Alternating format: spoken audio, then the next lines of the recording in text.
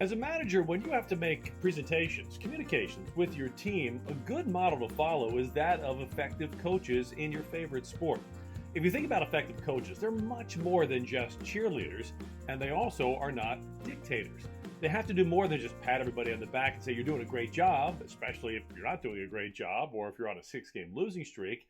And you can't just walk in there and say, this is the way I want it done, check this box, do it my way, or go to the highway. That doesn't work in today's day and age. Great coaches and great managers have the same job in different fields. And that's because they have to do a few things similarly if they're going to be effective. One, set the vision.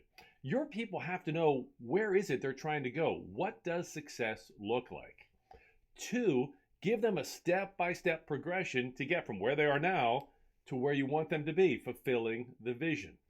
And three, create landmarks along the way so that your people know if they're going in the right direction and if they're making the correct progress. And then the fourth thing you have to do as a coach slash manager is you have to make sure you have frequent, short interactions with your people so you can give constant evaluations of where they are.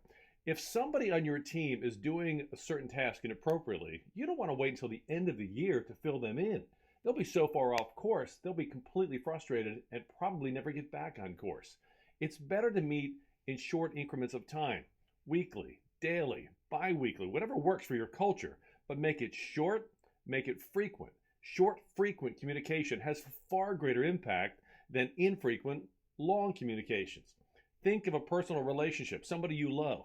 How good would that relationship be if you only talk to that person one time a year for an hour and a half? It's tough to build relationships with infrequent, long communications. So give your people a vision.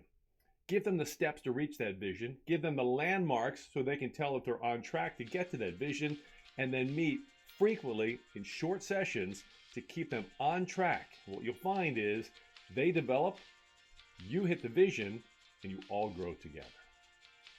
If you found that helpful, check us out at sanduskygroup.com and we'll show you all the ways we can help you and your team shine in front of any room, on Zoom, and in front of the camera.